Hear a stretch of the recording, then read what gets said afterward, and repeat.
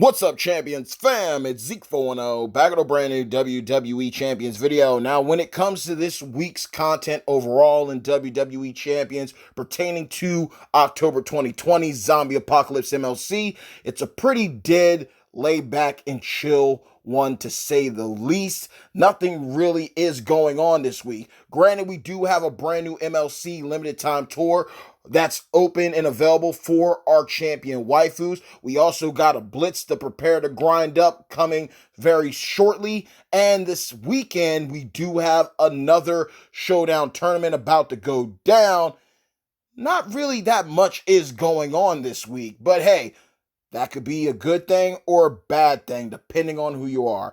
Nonetheless, though, as I mentioned, a brand new showdown tournament is about to go down, and looking at the pattern within the content for this week, it will more than likely have something to do with our champion waifus. Now, one thing is clear. Whenever a new showdown tournament or faction feud weekend comes around, that is a sign that there is a brand new mega superstar getting ready to make their in-game debut. So exclusive 5-star gameplay will be on the way very, very shortly from the broskies, thanks to the good old folks over at Scopely.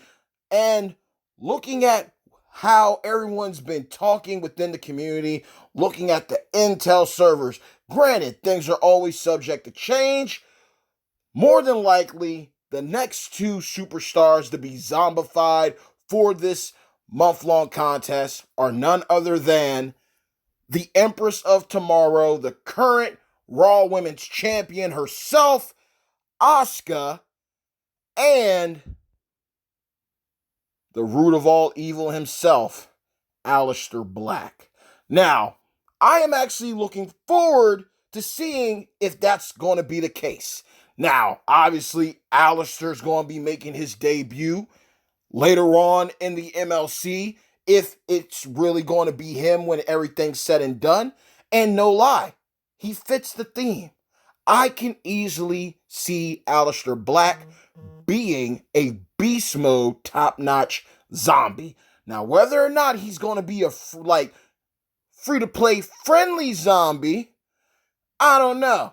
But I do know he fits the bill. He has one of those gimmicks that genuinely does make sense with him being a zombie. And when it pertains to ZAsuka, in my mind, is hands down one of the best things the WWE has going, point blank, period. She is so talented. She's yet to show her full potential. This woman is up in years. She isn't that old now, but she runs circles around the competition, and she has so much worth that I literally can see her being a zombie character. She has so much charisma. Whether you can understand what she's saying to you, the point is she can come across as a genuine threat.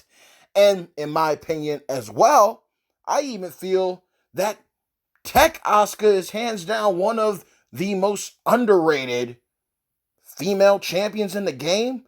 She might be a little annoying to run for some people, but when you really sit down and look at the builds that you can make with straps and medals put there, she's a genuine threat in the game as well. So if we are getting a zombie ZAsuka this weekend, I actually look forward to it. I'm not going to spend for her, but I definitely want to see what the broskies can do with her, or any other zombified waifu that comes into the game. And who knows, it might be dope to see a zombie waifu counter to Zombie Paige. You know, I just think about things like that. And when it comes to Aleister Black, man, I don't know what happened with him in real life. Hands down, underutilized, unappreciated, one of the best talents that they have on their overall roster as a whole.